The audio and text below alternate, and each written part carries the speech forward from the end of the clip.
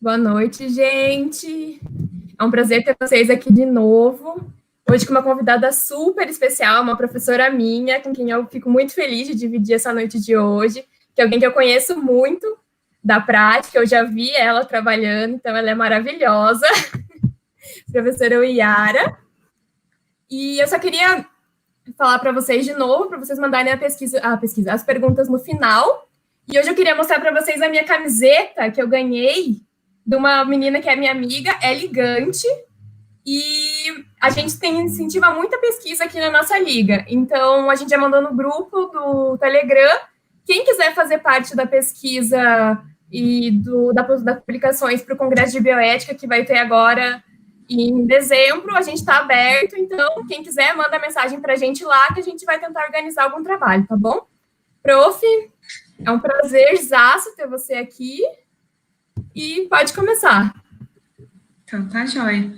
Bom, primeiramente, agradecer a Rafaela e agradecer a Liga pelo convite para falar desse assunto, que para mim é um prazer, é um assunto que eu gosto muito, que eu acho super especial, e que a gente vai ver que é muito importante, não só para quem é profissional de saúde, mas para quem é ser humano, né? A diretiva ela é para todos nós, e nós, profissionais de saúde, ainda mais, temos que estar por dentro desse assunto para poder orientar o paciente quando ele chegar com dúvidas ou quando a gente se deparar com alguma diretiva por aí, né? Então, tá bom, vou começar aqui a compartilhar os nossos slides de hoje.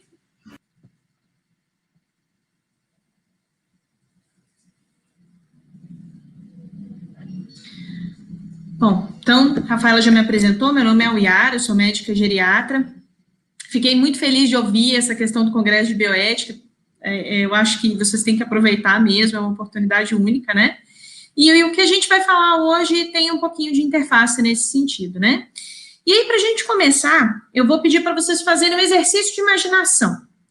Vamos imaginar que a partir de agora, desse momento, desse minuto, sem aviso nenhum, você não vai mais poder decidir o que você vai comer na sua vida. E você nem vai poder expressar também se você gosta ou não gosta do que estão te ofertando. Você parou de opinar por completo. E aí, há um tempo atrás, você descobriu que detestava quiabo. Só de ver quiabo, você tinha 3 tipos de nervoso diferentes. Pensar em comer quiabo para você era um sofrimento terrível, porque você não experimentou e não gostou do gosto. Mas as pessoas que estão fazendo comida para você não sabem. Você não contou isso para sua mãe, você não contou isso para o seu esposo, para sua esposa, para o seu irmão, para o seu colega que mora junto com você, o seu amigo. E aí, enfim, chega alguém e fala assim, olha, eu vi uma receita de quiabo maravilhosa.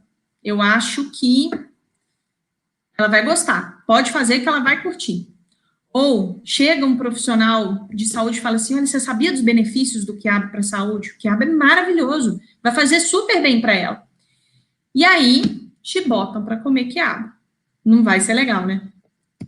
Ou, se a gente pensar numa situação diferente, vamos imaginar que há pouco tempo atrás vocês resolveram virar vegetarianos, porque se identificaram com a filosofia, entenderam que o sofrimento animal não compensa nesse sentido pela questão da ingestão da carne, só que você também não contou isso para muita gente. Foi uma decisão recente, né? Diferente lá do quiabo, que você podia já não gostar desde sempre, mas só esqueceu de gostar, de contar. No vegetarianismo, não. Foi recente. Você esqueceu realmente porque é uma coisa que você ainda está vivenciando, mas que é importante para você. E que se te oferecessem carne, se você fosse obrigada a comer carne, aquilo te faria mal do ponto de vista moral. Você se sentiria moralmente desconfortável em comer carne, porque é algo que você acredita. Só que, mais uma vez, ninguém está sabendo, e aí vai vir alguém e falar, carne, proteína, ela precisa, olha só, ou ele vai fazer diferença, pode dar que vai fazer bem. O que a gente tem de semelhante nesses dois casos, né? Parecem casos bobos a princípio, quem que pensa assim, desde quando, do nada, eu vou, de repente, parar de opinar sobre o que eu posso comer ou não? Mas, na verdade, a gente vai ver que é um pouco disso que se trata a nossa aula de hoje. Se as pessoas não conhecem o que é importante para nós, se as pessoas não sabem os nossos valores, aquilo que para nós é fundamental, se em algum momento a gente não puder mais dizer isso para elas, elas vão fazer para nós o que os outros disserem que é bom, ou o que elas acham, que elas consideram que é bom para elas também, e, por sinal, elas vão achar que vai fazer bem para vocês também, né? Muito bem, então, como que eu vou contar para os meus entes queridos o que é importante para mim? Primeiro, eu posso conversar com a minha família sobre o assunto, né? Então, eu posso chegar para os meus familiares mais próximos, e dizer, olha, as coisas importantes para mim são essas, eu detesto quiabo, jamais me dê quiabo na vida, prefiro passar fome e comer quiabo. Eu posso conversar com alguém da minha confiança sobre o assunto. Bom, a pessoa da minha maior confiança, nesse momento agora, eu e Yara, meu esposo, vamos supor, vou falar para ele, olha, detesto quiabo, pelo amor de Deus, não me dê quiabo. Ou eu posso deixar por escrito o que é importante para mim. Porque eu posso conversar isso hoje com meu marido, daqui 10 anos, ele vê uma receita maravilhosa de quiabo com frango, eu sou mineira, ele pensa, ixi, a Yara é mineira, ela vai gostar de frango com quiabo. E aí ele me dá o bendito do quiabo, que eu detesto. Se eu estou deixando por escrito o que é importante para mim, isso está lá registrado, independente do tempo que se passar.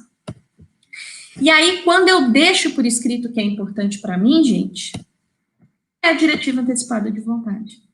Então, a gente vai ver hoje a importância desse documento e, na verdade, o que ele determina e como eu devo fazer a diretiva antecipada de vontade, para que, de fato, eu possa contar para as pessoas que são importantes para mim como eu quero ser cuidado numa situação em que eu não possa mais dizer por mim. Muito bem, então, o que são as diretivas? E agora a gente vai chamá-las de DAV.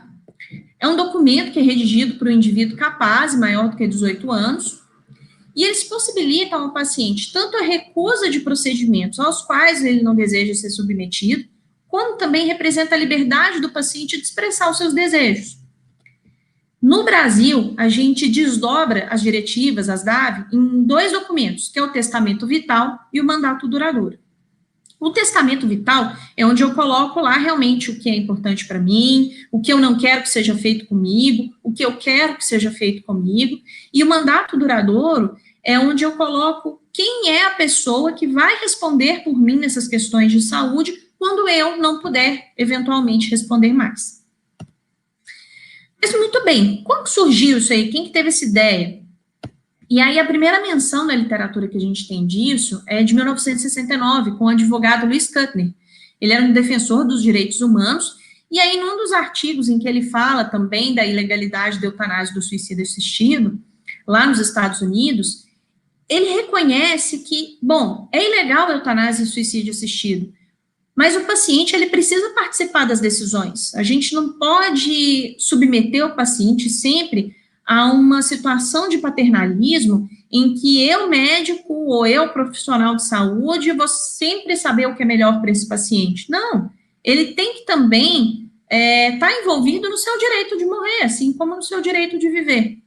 Então, ele defendia o direito do paciente em recusar procedimentos caso a sua doença fosse irreversível. Então, se o paciente apresentasse uma doença irreversível, né, um estado vegetativo persistente, por exemplo, ele defendia que o paciente teria direito a previamente deixar recusados certos procedimentos que ele considerasse indignos, né, considerando-se a sua biografia, o seu contexto de vida. E aí ele propõe esse documento, que é o Living Will, que traduzindo é testamento vital. Seria um documento escrito pelo paciente, em que esse paciente, ele coloca que ele recusa ser submetido a determinados procedimentos em caso de estado vegetativo persistente ou incurabilidade. A vontade do paciente, ela se sobrepõe à da equipe médica, dos familiares e dos amigos. Então, o paciente predomina na sua autonomia frente àquele documento. E ele poderia ser revogado em qualquer momento pelo próprio paciente. Virei vegetariana anteontem. Lá estava escrito que eu quero comer carne. Eu posso ir lá e pedir para revogar e botar, não quero mais comer carne? Posso, né? Então, a qualquer momento, esse documento pode ser revogado. E aí, como que anda essa discussão depois de 1969, né? Então, ele propõe esse documento, mas isso ainda não vira lei, não ganha uma grande, digamos assim, visibilidade.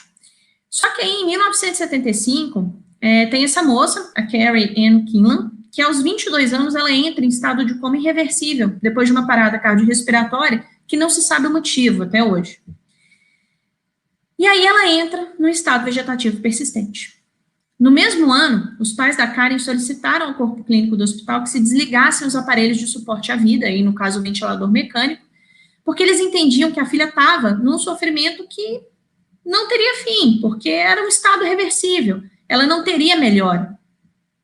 No entanto, o hospital se negou, no sentido de que, pensando que eles estariam promovendo a morte dessa paciente, e isso seria antiético, isso iria contra a filosofia proposta da medicina até então.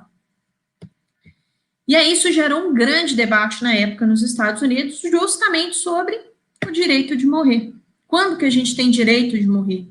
A gente tem direito à vida, mas e o direito à morte? Quando que isso chega?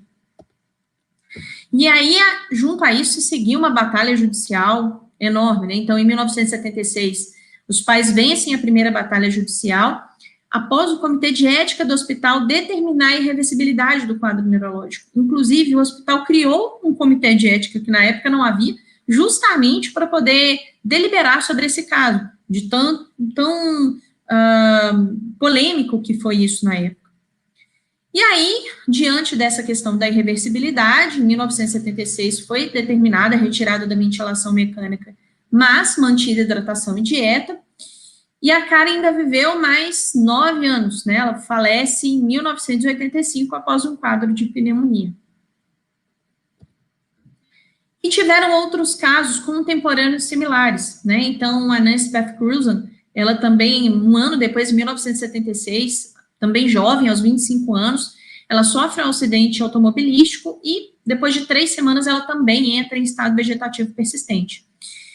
E aí, 7 anos depois, os pais da Nancy, eles solicitam a suspensão da alimentação e da hidratação artificial, porque também entendem que isso não vai agregar benefício a ela, e ela está num estado em que ela não sai, não melhora, não tem possibilidade de cura.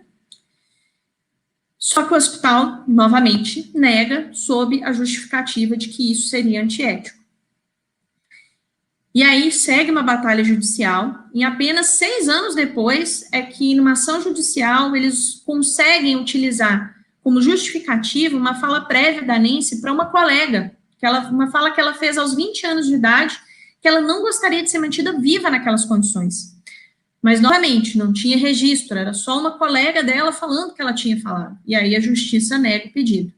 E aí, no ano seguinte, novamente, os pais tentam a reabertura do caso, dessa vez a justiça cede, é desligada a hidratação e alimentação, e aí, no final daquele mesmo ano, ela falece, algumas semanas depois da decisão. E aí, toda essa discussão com relação a esses pacientes, e não foram só essas duas, houveram outros, mas essas duas foram os casos mais emblemáticos na época, retomaram aquela discussão do Lewis Kuttner, né? E em 1991, os Estados Unidos, então, faz a Patient Self-Determination Act, que é a PSDA, que é uma lei em que ele determina as diretivas antecipadas de vontade e o dever do profissional de saúde, do médico, em obedecer essas diretivas. Isso lá nos Estados Unidos. E aqui no Brasil, quando que isso apareceu? A primeira menção, em 1993, com Joaquim Clotet, ele discutindo sobre justamente a implementação do PSDA nos Estados Unidos, e aí ele utiliza a expressão manifestação explícita da própria vontade para poder falar das DAV. E aí, gente, a coisa só anda de novo para nós em 2012. E aí, em 2012, o Conselho Federal de Medicina faz uma resolução, finalmente, colocando o direito do paciente em redigir as DAV e o dever do médico em respeitá-las. E aí ele coloca 2 artigos. Então, no primeiro artigo, definir as diretivas antecipadas de vontade como conjunto de desejos prévio e expressamente manifestados pelo paciente sobre cuidados e tratamentos que quer ou não receber no momento em que estiver incapacitado de expressar livre e autonomamente sua vontade. Isso é a diretiva antecipada de vontade.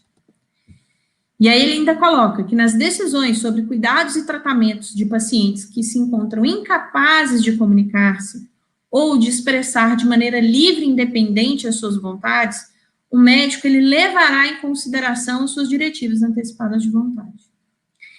Significa que desde de 1993 até 2012, ninguém falou mais nada sobre isso? Claro que não, né? A literatura foi só crescendo com relação às diretivas, a questão da importância de se dar autonomia ao paciente, de se diminuir aquele paternalismo médico forte, em que o médico acha que só o bem biomédico é que importa.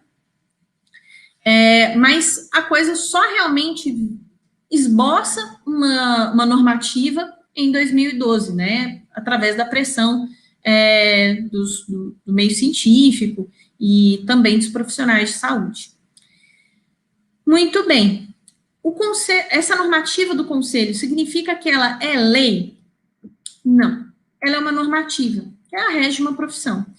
Nesse momento, até agora, diferente dos Estados Unidos, a gente não tem uma legislação específica, mas a ausência de legislação no Brasil, ela não deve ser impedimento para cumprimento das DAV. Por quê? Porque a resolução do CFM, ela está em consonância com a nossa Carta Magna, que é a Constituição. Por que ela está em consonância? Porque, no fim das contas, o que ela defende é a dignidade da pessoa humana, é que a gente respeite a dignidade da pessoa e que a gente respeite a vida que essa pessoa entende como satisfatória, como digna, como relevante. Então, nesse sentido, embora a gente ainda não tenha avançado na questão da legislação, isso não deve nunca ser um impedimento para a gente olhar e falar, opa, não posso aceitar essa DAV desse paciente, porque a gente ainda não tem lei, eu posso ser processado, né? Então, a gente pode ficar, de certa forma, seguro nesse sentido por saber que o Conselho Federal de Medicina fez uma resolução que é compatível com a ética médica e também compatível com o que se propõe na Constituição Federal. Muito bem, existem requisitos para fazer uma diretiva antecipada de vontade? Sim, né? Quais são eles? Primeiro, eu preciso ser capaz, segundo os critérios da lei civil. Se por alguma situação eu tiver alguma incapacidade, infelizmente eu não consigo deixar essa diretiva como algo válido para ser aceito, embora isso não determine que eu não tenha nenhuma autonomia sobre as decisões, mas determina que o documento ele não passa a ser válido. Não é obrigatório o registro em cartório, embora a Luciana Dadalto, que é uma das grandes estudiosas no país das diretivas antecipadas de vontade e é advogada, ela coloca que o ideal seria que fosse feito mais para dar uma maior estabilidade jurídica para o documento. Pode ficar registrado em prontuário médico. É válido enquanto o indivíduo não revogar, então, aquilo que a gente conversou. Eu fiz a minha diretiva, enquanto eu concordo com tudo aquilo ali, ela continua válida. Tenha ela 20 anos, 30 anos, 10 anos, 2 anos. A partir do momento em que eu decidi que aquilo que está escrito já não é mais compatível com o que são os meus valores, com o que são os meus desejos, eu posso revogar essa diretiva a qualquer momento. Deve ser preenchido pelo próprio paciente, junto ou não da família, e preferencialmente que a gente preencha junto de um profissional médico. Por quê? E vamos lembrar que uma parte das diretivas antecipadas de vontade é justamente eu dizer se eu quero determinados procedimentos ou não. E aí, como que eu vou saber se eu quero uma diálise, se eu não sei direito o que isso significa? Qual a implicação disso na minha vida, na minha saúde, na minha rotina? Como que eu posso decidir se eu não quero uma nutrição artificial, uma sonda, se eu não compreendo como que é o procedimento? Então, o ideal é que o médico, obviamente, não vai interferir no sentido de dizer para você o que deve ser feito ou o que não deve ser feito. Mas o médico, ele tem que estar junto justamente para explicar as implicações de cada um dos procedimentos, o que significa cada um deles e, claro, trazer a percepção dele sobre o que ele pensa a respeito disso. Mas a decisão é sempre do paciente. Não existe um modelo padrão. Lá fora, né, Europa, Estados Unidos e alguns estados, a gente consegue ter alguns modelos padrões. Aqui no Brasil ainda não foi proposto nenhum modelo padrão específico, nem pelo CFM, para que fosse adotado como algo padronizado e que só aquele formulário fosse ser aceito. Então, atualmente, a gente pode escolher como que a gente quer escrever essas diretivas antecipadas de vontade. E aí a gente vai ver que tem algumas ferramentas para nos ajudarem, né? Porque se a gente for sentar agora para escrever uma diretiva, e eu já tentei fazer isso em algum momento, no momento da minha vida, é difícil, né? A gente pensa, opa, por onde que eu começo? O que eu vou escrever primeiro? Será que eu já começo pelos procedimentos? O que eu tenho que anotar antes? Será que eu tenho que escrever algum cabeçalho? Então, hoje em dia a gente tem algumas ferramentas, e nós vamos falar delas mais para frente, para poder ajudar nesse preenchimento. E, gente, principalmente, voltando lá naquele exercício de imaginação que a gente fez no início, eu preciso comunicar para a pessoa da minha confiança ou para alguém da minha família sobre as minhas dádivas. Eu preciso dizer, olha, eu fiz uma diretiva antecipada de vontade, onde eu estou escrevendo aqui tudo que é importante para mim, o que eu gostaria e o que eu não gostaria que fizesse comigo, caso eu não possa mais decidir por mim mesmo. Porque se eu não conto, gente, eu sou vegetariano que vai comer carne porque não avisou para ninguém. Então, é fundamental que a partir do momento em que eu tenho uma DAV em mãos, que eu comunique a minha família, que eu comunique a pessoa de confiança que eu escolhi para poder tomar a decisão por mim, né? Para que essas pessoas tenham conhecimento e saibam que quando acontecer alguma coisa, opa, a Yara já deixou tudo escrito lá como ela quer. E principalmente, gente, comuniquem para a pessoa de confiança que vai ser o seu mandato duradouro antes de você fazer a sua diretiva. Porque é uma responsabilidade enorme, pode ser que ela não se sinta à vontade. Então, quando você escolher essa pessoa que for responder por você, comunique ela, avise ela, fale, olha, eu gostaria que você ficasse responsável por mim, tudo bem? Porque senão você pega alguém de surpresa e isso pode não ser agradável também. Muito bem, a gente viu que fazer uma diretiva é bem possível, é algo que todos nós deveríamos fazer, né? Comunicar às pessoas o que é importante para nós. Mas as pessoas têm costume de escrever uma DAV? Muito pouco, muito pouco. E os profissionais de saúde têm costume de lidar com as DAV? Menos ainda. E quais são os motivos principais pelo qual isso acontece? Ausência de regulamentação das diretivas no Código Civil. Então, como eu falei, embora esteja em consonância com a Constituição, muitos profissionais de saúde, muitos médicos têm medo de serem processados ao respeitar a diretiva de um paciente. Estabilidade nas decisões tomadas.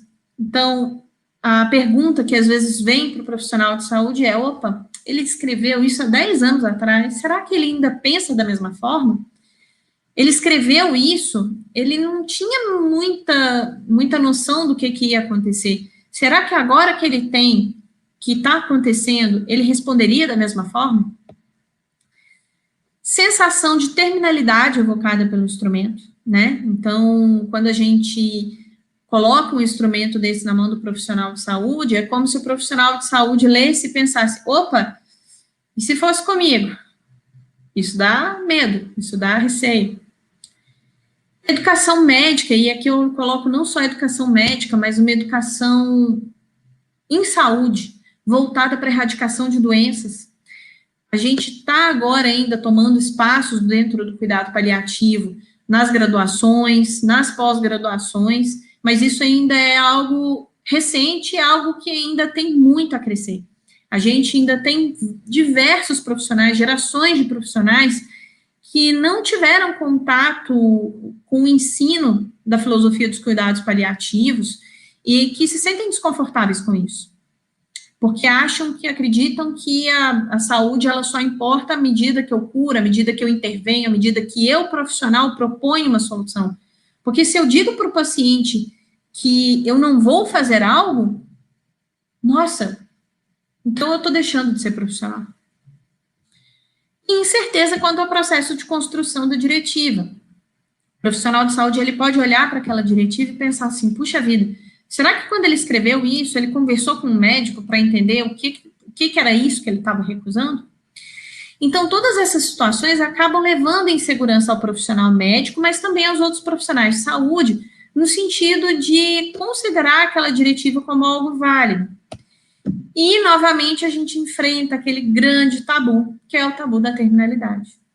A partir do momento que a gente escuta alguém dizer, olha, se algo acontecer comigo, eu quero que as coisas sejam cuidadas dessa forma, a gente sente a nossa própria vulnerabilidade. A gente é lembrado de que a gente é ser humano, de que a gente é frágil e de que em algum momento a gente vai sair desse plano.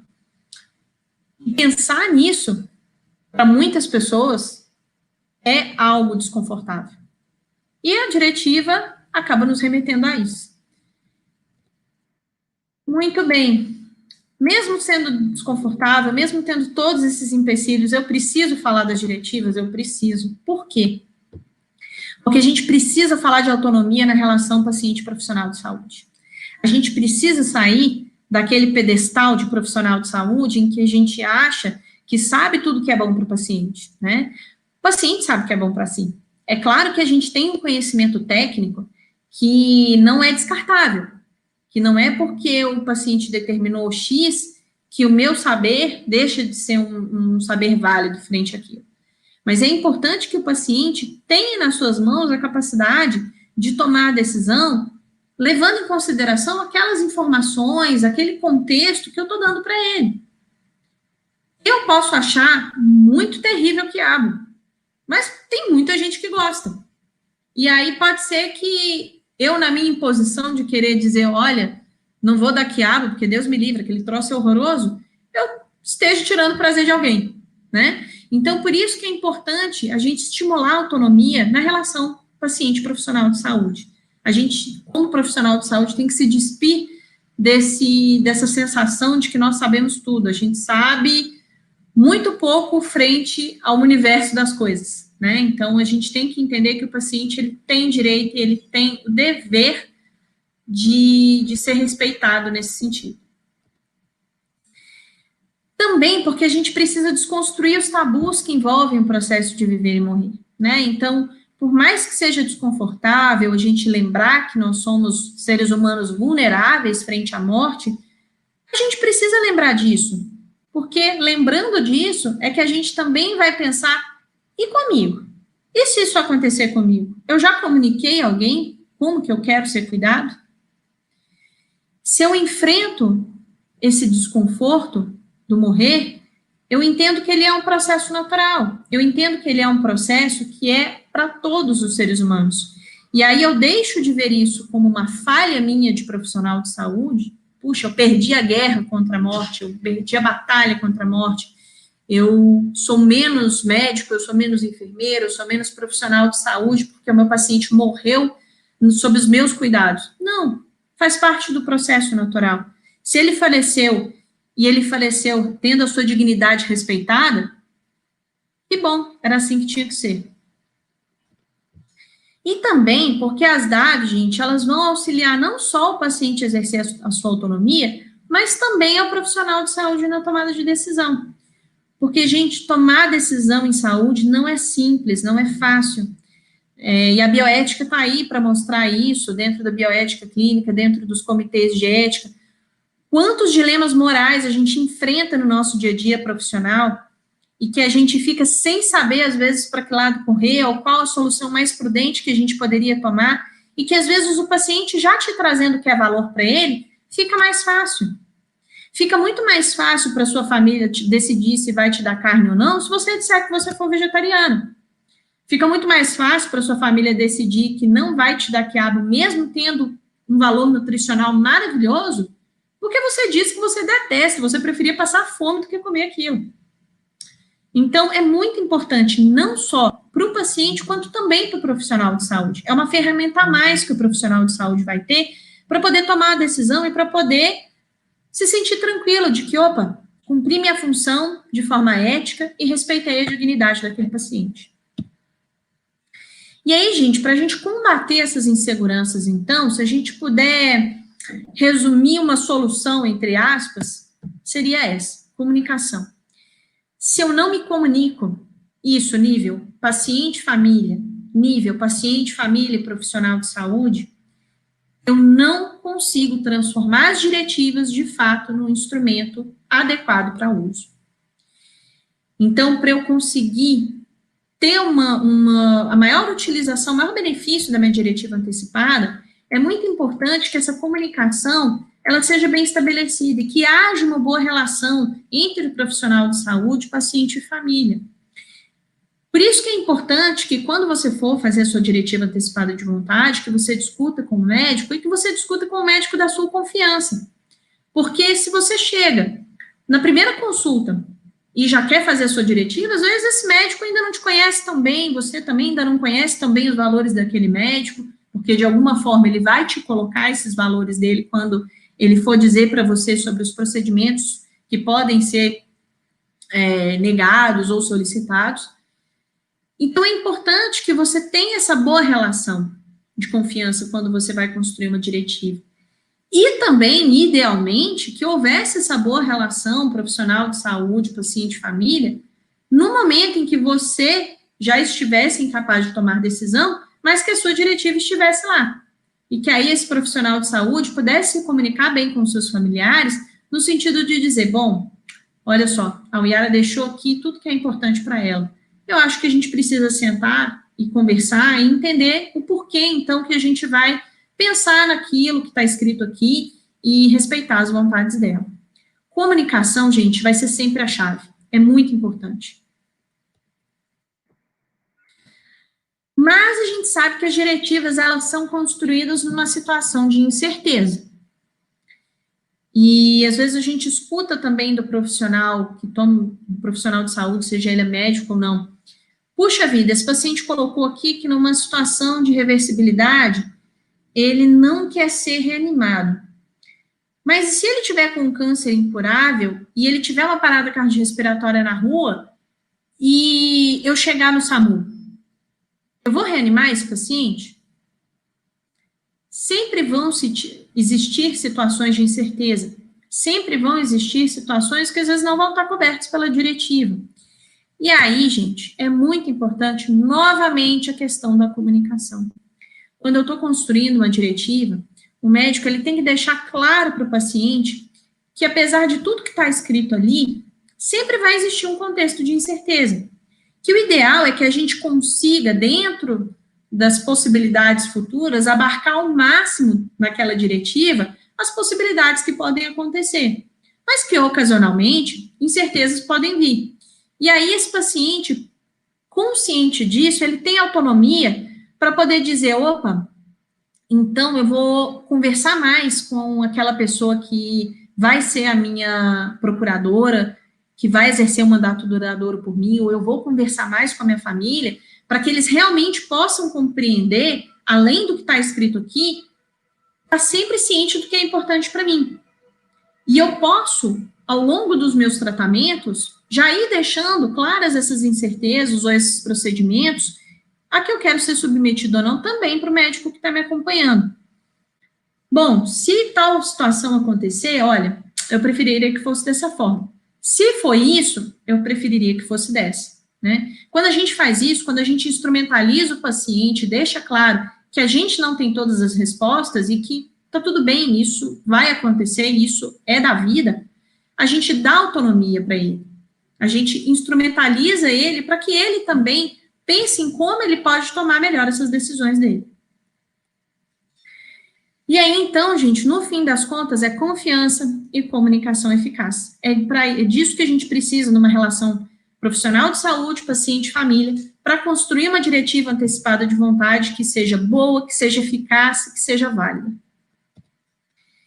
E lembrar que o diálogo ele deve ser constante, porque, novamente, uma decisão ela pode ser modificada frente a novos fatos. Puxa vida, eu decidi que eu não quero, de jeito nenhum, ser entubado. Não quero. Eu tenho um câncer de pulmão, eu decidi que se o meu pulmão parar de respirar, eu não quero ser entubado, porque eu acho muito agressivo, porque eu não concordo. Só que aí eu vou precisar, o médico propõe uma broncoscopia, por exemplo, um exame X em que eu precise ser entubado só para aquele exame. Porque aquele exame talvez mude com relação à questão do meu tratamento naquele momento. Puxa, eu decidi lá atrás que eu não seria entubado, mas agora pode ser que haja algum benefício. eu discuti com o meu médico e, bom, levando em consideração a incerteza da coisa, eu decidi que tudo bem, nesse contexto eu vou permitir. Por isso a importância do diálogo. Então, é muito importante que, por mais que esteja escrito, por mais que já esteja tudo decidido, que esse diálogo ele seja constante, principalmente para que o paciente, frente a uma nova situação, ele possa ir lá e mudar a diretiva dele, ele possa ir lá e orientar a família, falar, olha, tudo bem, está escrito aqui que eu não queria, mas nesse contexto eu vou permitir. Agora, se a coisa piorar, aí não, né? Então, é muito importante que a gente instrumentalize, que a gente empodere esse paciente para que ele possa tomar as decisões de forma adequada. Muito bem, Yara. Então, você falou aí sobre a diretiva antecipada de vontade, eu achei muito legal, eu achei que realmente a gente precisa falar disso, vai gerar um certo desconforto em mim pensar sobre isso, mas enfim, eu tenho que fazer, porque a gente é vulnerável, a gente é ser humano e a gente não sabe como vão ser as coisas no dia de amanhã, e eu ainda quero poder comer quiabo, e eu quero escrever minha diretiva. Como que eu faço? Primeiro passo é refletir sobre os seus valores e preferências. Quem sou eu diante da finitude? É o primeiro e mais difícil. Mas é a partir dele que as coisas vão se seguir. Porque se eu não sei o que é valor para mim, se eu não sei o que é minha preferência, não adianta eu querer escrever uma diretiva antecipada de vontade. Lá não vai estar escrito, de fato, o que eu vejo como digno para mim. Então, eu pensar sobre o que eu considero importante, como eu quero ser cuidado, o que eu pensaria se eu passasse por uma situação dessa? Eu preciso ter isso bem refletido dentro de mim para que eu possa, então, externar isso e passar isso adiante. E aí, o segundo passo, conversar com o seu médico de confiança a respeito de tudo aquilo que você pensou para que juntos você possam discutir e construir essa diretiva.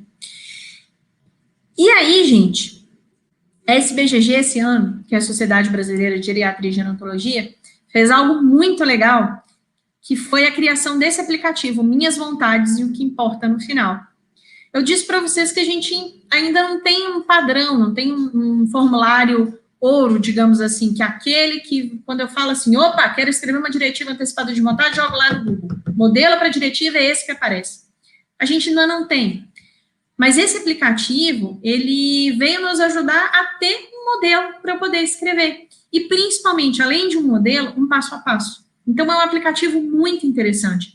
Ele é gratuito, ele é disponível tanto para Android quanto para iPhone, e ele é muito interessante nesse sentido. Então, aqui vocês podem ver na primeira tela, logo quando a gente baixa, ele permite você criar um novo documento ou você continuar um documento salvo.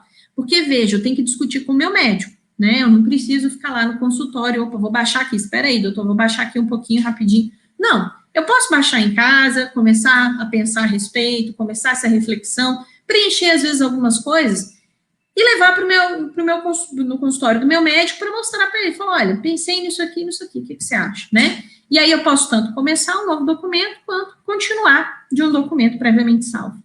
E aí, aqui no início, ele pede um cadastro inicial, então CPF, data de nascimento, nome, porque isso vai tudo no cabeçalho. E aí, ele começa a te dizer quais são os passos. Então, primeiro, ele coloca 3 possibilidades ali. Ele te explica o que são as diretivas, ele te dá um exemplo prático, isso é bem interessante para você ver como que fica formatado, mais ou menos, no final. E aí, ele te dá o passo a passo de como redigir as suas diretivas. E aí, gente, esse passo a passo é um passo a passo mesmo, né? Então, quando eu clico ali no primeiro passo, o sentido da vida, a primeira coisa que ele vai fazer é te perguntar aquele primeiro passo que a gente colocou. O que é importante para você? O que é valor? O que é digno para você? Qual é o sentido da vida para você? No segundo passo, ele vai te perguntar a respeito de onde, com quem você quer estar numa situação de finitude de vida. Depois, o que é mais importante para você? Quarto passo, os tratamentos específicos. E o quinto, nomeação do procurador de saúde.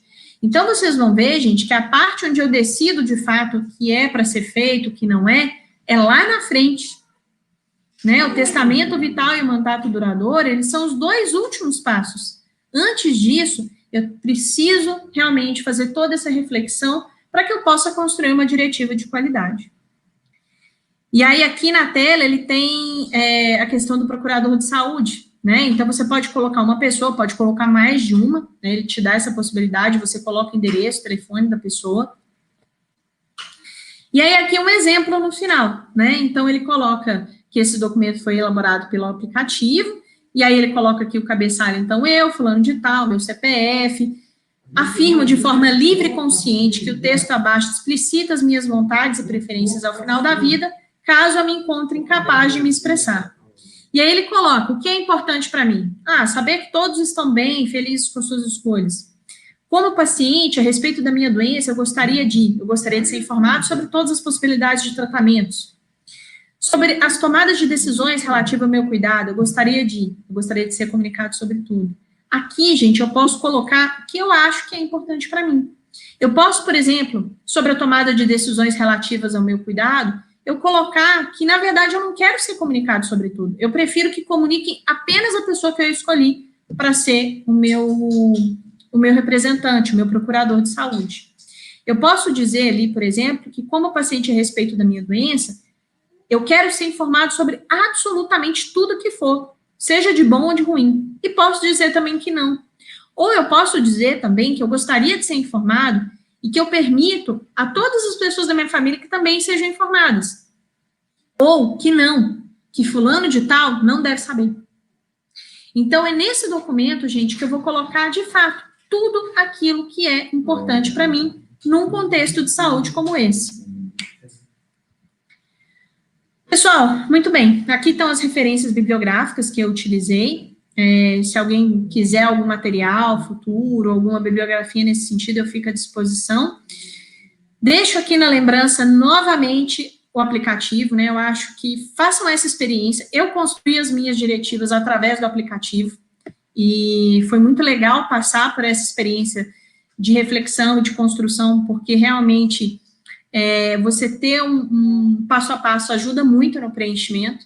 Então, façam essa experiência e, mais do que isso, saiam daqui com essa missão de levar essa experiência para dentro da casa de vocês, para os seus pais, para o seu esposo, para a sua esposa, para o seu filho, para o seu irmão, para os seus parentes mais próximos, para os seus amigos, né? Gerar essa discussão. O que é importante para mim? Às vezes as pessoas se sentem desconfortáveis em falar sobre isso. Mas muitas das vezes, quando eu começo a falar sobre isso, às vezes uma pessoa que não falaria sobre isso espontaneamente começa a falar também. Então, carreguem essa missão a partir de hoje com vocês, de estimular não só vocês mesmos, mas aos seus pacientes, a pessoa de quem você cuida, as pessoas que são próximas de você, a pensarem o que é valor, o que é importante para elas, e a comunicarem isso para o próximo. Fica aí disponível o meu e-mail também, para quem quiser entrar em contato, pedir algum material, e era esse o recado que eu tinha para dar hoje. Prof, obrigada por essa aula maravilhosa. Eu tenho certeza que agregou muito conhecimento para todo mundo que está vendo. E temos perguntas. Opa, vamos lá. Vou colocar o comentário da Ju aqui, ó, que ela disse que não conhecia o aplicativo e achou legal. E eu achei bem legal também, porque eu também não conhecia. Vamos lá, uma pergunta. Ele foi lançado recente, então, assim, achei fenomenal também, achei que foi muito bom mesmo. Ainda mais agora que funciona tudo digital, assim, né, bem mais fácil mesmo. Exatamente. Vamos lá, a pergunta da Maria Vitória. Existem doenças, principalmente mentais, que interferem no direito do paciente das dados? Excelente pergunta, Maria Vitória. Então, assim, quando a gente pensa no paciente com incapacidade mental, aí a gente entra numa outra situação, que é aquele dilema ético em termos de perca de autonomia e até onde vai a minha beneficência como profissional de saúde, até onde o meu fazer médico, o meu fazer de profissional de saúde vai gerar bem naquele paciente que não tem autonomia.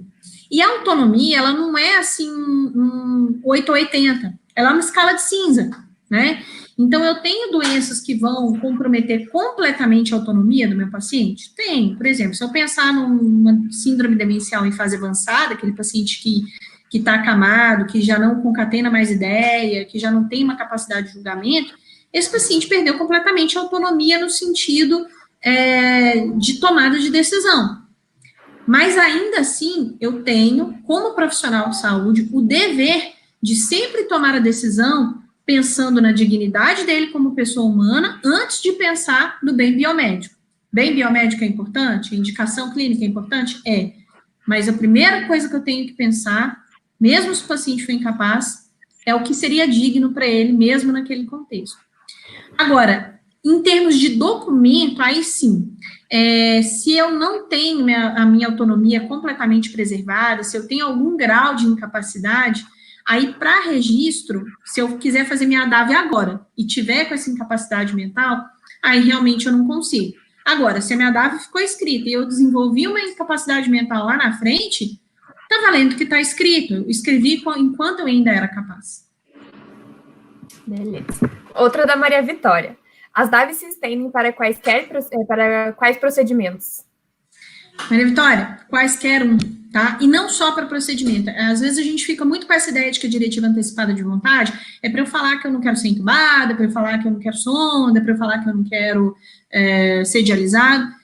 Mas, gente, a gente tem que pensar que é para falar o que eu quero também, o que é importante para mim. Se eu quiser colocar lá na minha diretiva que no fim da minha vida eu quero dormir de meia porque eu detesto pé gelado, tem que estar lá. É importante para mim. Então, assim, em termos de procedimentos, não tem um padrão, não tem um número X ou uma restrição de quais procedimentos entram. Você vai ver que no aplicativo eles colocam esses procedimentos mais comuns, intubação, encaminhamento para unidade de terapia intensiva, diálise, né, que são procedimentos comumente mais invasivos e que são feitos com mais frequência. Mas conversando com o meu médico, se eu quiser incluir ou excluir algum, está liberado. O documento, ele te dá a liberdade para isso. Beleza. Vamos lá. A Mariana. As DAVs são conversadas diretamente com o médico ou podem ser mediadas por um psicólogo hospitalar? Legal, Mariana. Eu acho que essa mediação da psicologia é sempre essencial, né? É claro que nem sempre a gente consegue reunir esses três elementos, porque o psicólogo, ele vai ter uma questão da comunicação e de trabalhar essa questão da vulnerabilidade, que vai ser muito importante, mas, ao mesmo tempo, está dentro do saber técnico do médico informar o paciente melhor sobre a questão dos procedimentos, que é também uma das coisas que vai na diretiva, né? Então, essa questão da conversa sobre o que é importante, sobre as inseguranças, sobre as incertezas, sobre a vulnerabilidade, nesse sentido, o psicólogo, ele é show, né? Mas a gente precisa também do profissional médico nesse contexto, porque ele vai ter o seu papel ali, que também é importante, que também vai validar ainda mais essas diretivas, em termos de entregar para o paciente aquilo que ele precisa saber. A Mariana perguntou também como lidar com um paciente terminal que escreveu as DAVs, mas a família não aceita as escolhas do paciente.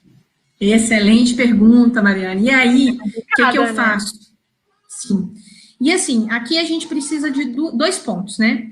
O primeiro, gente, é muito importante esclarecer que, apesar da diretiva ter lá na normativa do CFM que eu devo respeitar a vontade do paciente, essa vontade, ela não pode ir contra os preceitos éticos da medicina e das outras profissões, né? Então, por exemplo, no nosso país, a eutanásia é ilegal.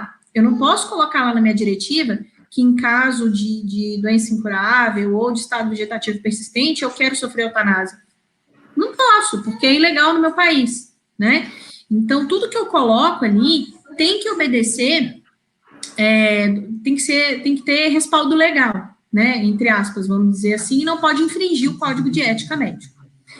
Mas a partir do momento que eu coloquei ali, que não está infringindo, e que aquilo é minha vontade, que a família não aceita, aí a gente tem um dilema ético para trabalhar e que o pilar vai ser a comunicação, né? Então, eu, como profissional de saúde, seja médico ou não, eu tenho que sentar junto dessa família, tentar entender, às vezes, por que essa família não acha importante, não quer obedecer aquilo. A gente tem uma questão, por exemplo, muito forte com a alimentação na nossa cultura, né? Então, às vezes, não colocar sonda para o familiar é dolorido, porque ele sente que ele está matando o paciente de fome, por mais que a gente saiba que não, que o paciente, às vezes, vai até sentir mais desconforto com aquela alimentação. Mas é o sofrimento do familiar. Então, eu abordar isso, e aí, novamente, olha só a psicologia, assistente espiritual, nutricionista, todo mundo entrando junto num contexto como esse que eu coloquei, por exemplo, a importância de se trabalhar multiprofissionalmente, né, interdisciplinarmente, justamente para que a gente traga essa família para o sentido de que, olha, é a vontade dele, eu preciso respeitar ele como pessoa. O meu código de ética médico me respalda com relação a isso. E aí, essa família, a tendência é que, na maioria das vezes, a família acabe entrando em consonância, né? É claro que vão haver alguns casos em que isso não acontece, e aí, às vezes, a gente precisa partir para o comitê de ética médica, ou até outras medidas, mas 99% dos casos, a comunicação ajuda ali lindamente. Beleza, temos uma última aqui, prof, da Maria. Existe alguma forma de garantir que quando eu não tiver mais capacidade, que a DAV que eu deixei será cumprida pelas demais? Legal, excelente pergunta, Maria Eduarda. Como que eu vou garantir isso? Primeiro, colocando isso para o meu médico de confiança, né? Então, o ideal é que eu faça, eu registro em cartório, se eu quiser, para dar mais, né, mais respaldo legal, mas eu também posso pedir para o meu médico, por exemplo, anexar isso no prontuário, né? Eu comecei a tratar de um câncer agora, e eu quero que meu oncologista já deixe minha família avisada. Vou dar minha diretiva para ele. Dou minha diretiva para minha família, dou minha diretiva para aquela pessoa que eu escolhi para ser o meu procurador de saúde. Então, assim, eu preciso comunicar às pessoas, eu preciso entregar a elas o documento para que elas estejam cientes do que eu quero. A partir do momento que o profissional de saúde tem esse documento em mãos, aí eu já tenho um respaldo no sentido de que ele vai ser respeitado, porque isso está dentro de uma normativa, isso está dentro de um código de ética, e isso está constitucionalmente embasado, né? Mas eu preciso que essa DAV esteja disponível, né? Eu não posso fazer e jamais guardar na gaveta. Prof, agora é uma pergunta minha mesmo, mas que me surgiu agora aqui no meio. Por exemplo, que a gente não tem eutanásia no Brasil, né? Mas, assim, se eu tenho condição, por exemplo, de ir para um país que seja permitido e eu deixar isso descrito na minha DAV, isso valeria? Como? Mesmo que eu registre em cartório e não esteja na lei brasileira. Entendi. Bom, aí a gente chega numa situação que é a seguinte. Se eu ainda tenho capacidade de tomar decisão, eu posso ter escrito na minha diretiva que eu quero sofrer eutanásia, e eu vou lá e falo para minha família, vocês comprem minha passagem porque eu quero, eu tô pagando, eu tô decidindo, já falei que eu quero, e eu vou. E aí, ok. Se eu perdi a minha capacidade e a minha família lê a minha diretiva e fala, não, isso era um desejo dele, eu vou comprar passagem, mesmo ele estando completamente incapaz de tomar decisão agora, eu vou levar. E aí levo. Agora, o que não pode é eu chegar com a minha diretiva escrito lá, eu quero minha eutanásia, a família chegar para o médico aqui no Brasil e falar, veja, olha, ele queria minha eutanásia, você vai ter que fazer. Isso não. Né? Então, essa é a questão. A gente tem algumas legislações que permitem, há toda uma discussão dentro da bioética do quanto a eutanásia desvia o foco do cuidado paliativo adequado, né? Parafraseando lá Cicely Saunders, o sofrimento ele só é incapaz de ser suportado se ninguém cuida, né? Então, até que ponto, de fato, eu estou ofertando cuidado paliativo de forma adequada para eu dizer que esse paciente realmente esgotou todas as possibilidades de melhora do sofrimento e só resta a eutanásia para ele. Mas, independente dessas discussões, aqui no Brasil não é permitido. Então, enquanto a pessoa quiser e puder ir e for fazer no país onde ok, mas não tem como o profissional de saúde ser pressionado a fazer isso aqui no Brasil, porque realmente ele pode sofrer um processo criminal, inclusive. Beleza. Não sei se eu te respondi.